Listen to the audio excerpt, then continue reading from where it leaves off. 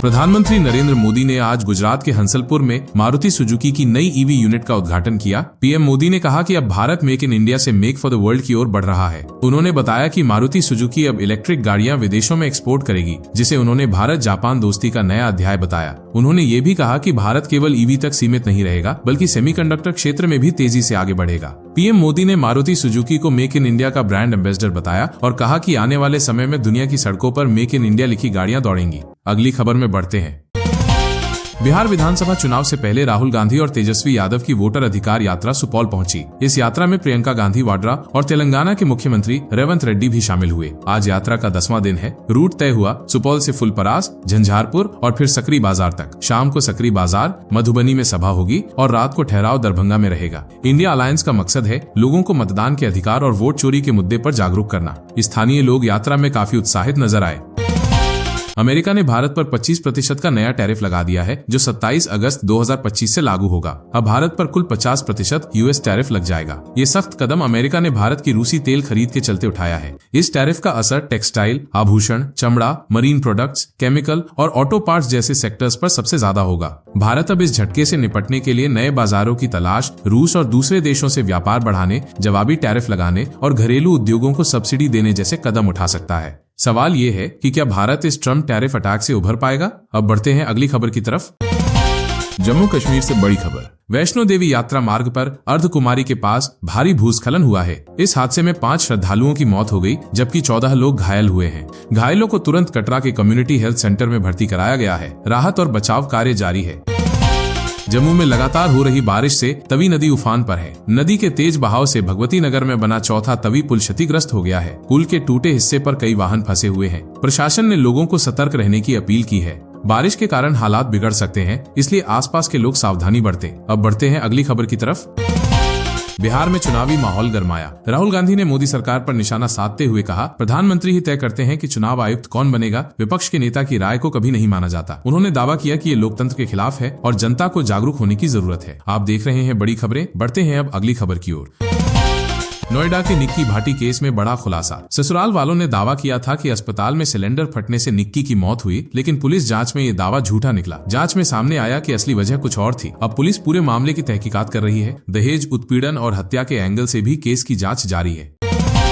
Comedian समय रैना ने दिव्यांगों पर टिप्पणी मामले में सुप्रीम कोर्ट में बिना शर्त माफी मांगी है। रैना ने कहा कि उनका किसी की भावनाओं को ठेस पहुंचाने का इरादा नहीं था। उन्होंने कोर्ट को भरोसा दिलाया है कि आगे से ऐसा दोबारा नहीं होगा। अब बढ़ते हैं अगली खबर की ओर। लखनऊ से बड़ी खबर आ रही है। इंडिया गठबंधन के उपराष्ट्रपति उम्मीदवार बी सुदर्शन रेड्डी ने सपा मुखिया अखिलेश यादव से मुलाकात की। रेड्डी ने कहा, ये चुनाव हार या जीत का नहीं बल्कि सिद्धांतों का है। उन्होंने बीजेपी पर निशाना साधते हुए कहा कि ये चुनाव विचारधारा के आधार पर बांटा जा रहा है। सुदर्शन रेड्डी ने उम्मीद जताई कि न्याय के पक्षधर लोग अपनी अंतरात्मा की आवाज सुनकर वोट करेंगे। रेड्डी ने बताया कि वे यूपी के नेताओं का समर्थन लेने लखनऊ आए हैं। इसके अलावा वे दिल्ली में अरविंद केजरीवाल और चेन्नई में एमके स्टालिन से भी मिल चुके हैं। अब बढ़ते हैं अगली खबर की तरफ। पटना में बाढ़ से हालात बिगड़ गए हैं। फल्गु की सहायक धोबा नदी उफान पर है। गांव पूरी तरह से जलमग्न हो गए हैं और कई घरों में पानी घुस चुका है। लोगों को सुरक्षित जगहों पर जाने की अपील की जा रही है। ताजा अपडेट के लिए जुड़े रहिए।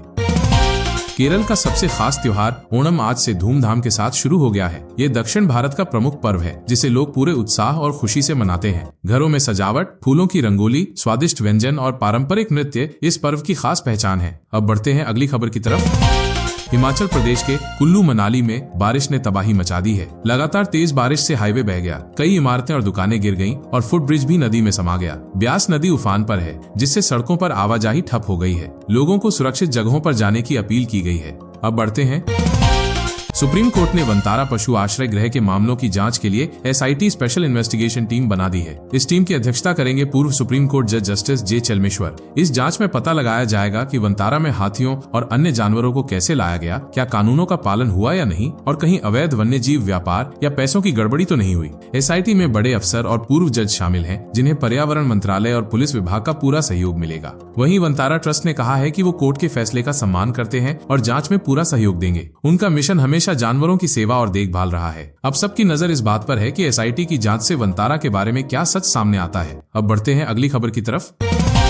राजस्थान के सीकर जिले से बड़ी खबर आ रही है। यहाँ एक बांध टूट गया, जिसके बाद हालात बेहद खराब हो गए हैं। गांव के घर और स्कूल गंदे पानी से भर गए हैं। किसानों के खेत डूब गए, जिससे फसल बर्बाद होने का डर है। पानी ने नेशनल हाईवे तक को डुबो दिया, जिससे आवागमन भी रुक गया है। स्थानीय लोग कह रहे हैं कि ऐसा नजारा पिछले 40 साल में पहली बार देखने को मिला है। अब गंदे पानी से बीमारियों का खतरा भी बढ़ गया है। अब बढ़ते हैं अगली खबर की ओर।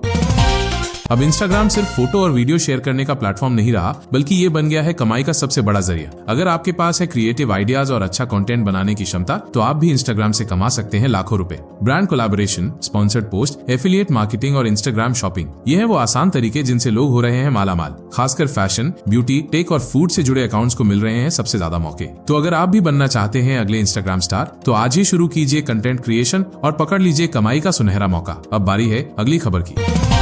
एशिया कप 2025 की तैयारियां जोरों पर हैं और भारत की टीम का ऐलान जल्द होने वाला है। ये टूर्नामेंट 9 सितंबर से 28 सितंबर तक यूएई में खेला जाएगा। सबसे बड़ी खबर ये है कि सूर्य कुमार यादव ने फिटनेस टेस्ट पास कर लिया है और वो इस बार टीम इंडिया की कप्तानी करते नजर आएंगे। रिपोर्ट्स के मुताबिक टीम में 11 खिलाड़ियों की जगह लगभग पक्की मानी जा रही है। इनमें ओपनर्स के तौर पर अभिषेक शर्मा और संजू सैमसन का नाम शामिल है। मिडिल ऑर्डर में शुभमन गिल, कप्तान सूर्य कुमार यादव, तिलक वर्मा और रिंकू सिंह टीम का हिस्सा होंगे। दूसरे विकेट कीपर के तौर पर जितेश शर्मा को चुना जा सकता है। ऑलराउंडर हार्दिक पांड्या और अक्षर पटेल भी स्क्वाड का अहम हिस्सा होंगे। गेंदबाजी विभाग में अर्शदीप सिंह और स्पिनर वरुण चक्रवर्ती की जगह पक्की बताई जा रही है। इसी बीच पाकिस्तान ने भी अपना स्क्वाड घोषित कर दिया है, लेकिन हैरानी की बात यह है कि बाबर आजम और मोहम्मद रिजवान दोनों को टीम से बाहर कर दिया गया है। कहा जा रहा है कि दोनों का टी20 करियर अब लगभग खत्म माना जा रहा है। भारत और पाकिस्तान के बीच हाई वोल्टेज मुकाबला 14 सितंबर को खेला जाएगा, जिसका फैंस बेसब्री से इंतजार कर रहे हैं। अब जानते हैं अगली बड़ी खबर की।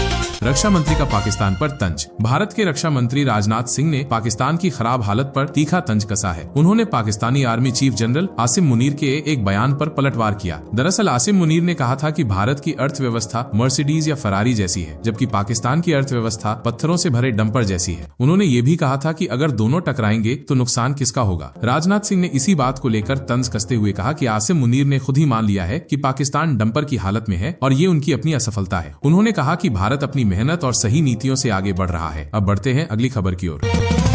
हरियाणा के भिवानी जिले से एक दुखद खबर सामने आई है। यहाँ एक लेडी टीचर मनीषा का शव मिला है, जिसकी गुत्थी पुलिस ने 5 दिन बाद सुलझाने का दावा किया है। पुलिस के मुताबिक मनीषा ने आत्महत्या की है। मनीषा नर्स बनना चाहती थी और कहा जा रहा है कि अपनी मौत से पहले वो अपने पिता से कुछ कहना चाहती थी, लेकिन वे फोन नहीं उठा पाए। पुलिस मामले की जाँच कर रही है, लेकिन ये घटना कई सवाल खड़े कर रही है। अब बढ़ते हैं अगली बड़ी खबर की। इस वक्त की बड़ी खबर, क्या आप भी व्हाट्सएप से पैसे कमाने के लालच में हैं? अगर हाँ, तो सावधान हो जाइए। हाल ही में ऐसे कई मामले सामने आए हैं जहां व्हाट्सएप के जरिए कमाई का झांसा देकर लोगों को ठगा जा रहा है। साइबर एक्सपर्ट्स का कहना है कि अगर कोई अनजान व्यक्ति आपको व्हाट्सएप पर पैसे कमाने का लालच दे तो तुरंत सतर्क हो जाए। ऐसे किसी भी झांसे में न आए, वरना आप एक बड़े धोखे का शिकार हो सकते हैं। अब बढ़ते हैं अगली बड़ी खबर की ओर। लखनऊ से इस वक्त की बड़ी खबर, गोमती नदी में आई बाढ़ ने लखनऊ के 12 गांवों को अपनी चपेट में ले लिया है। चारों तरफ सिर्फ पानी ही पानी नजर आ रहा है, जिससे खेतों में खड़ी फसलें पूरी तरह से बर्बाद हो गई हैं। बाढ़ के कारण कई बच्चे अपने घरों में कैद हो गए हैं। प्रशासन राहत और बचाव कार्य में जुट गया है। अब रुक करते हैं अगली बड़ी खबर की ओर।